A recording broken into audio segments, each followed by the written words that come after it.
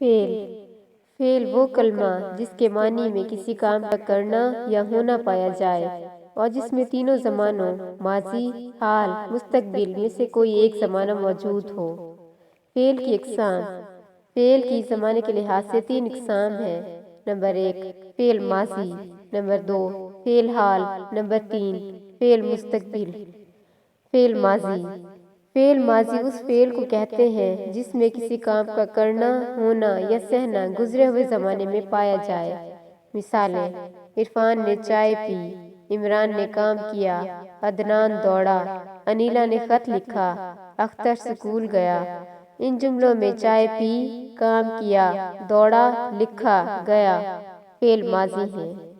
فعل حال فعل حال اس فعل کو کہتے ہیں جس میں کسی کام کا کرنا، ہونا یا سہنا موجودہ زمانے میں پایا جائے۔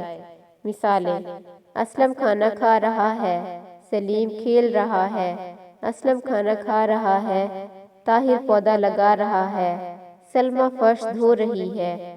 ان جملوں میں کھا رہا ہے، کھیل رہا ہے، لگا رہا ہے، دھو رہی ہے فعل حال ہے۔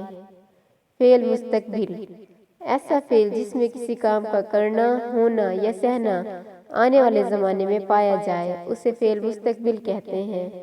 مثالیں: تنویر کل کراچی جائے گا، افضل کرکٹ کھیلے گا، وسیع پھول توڑے گا، سیما خط لکھے گی، کسان فصل کاٹے گا۔ ان جملوں میں جائے گا، کھیلے گا، توڑے گا، لکھے گی، کاٹے گا فعل مستقبل ہیں۔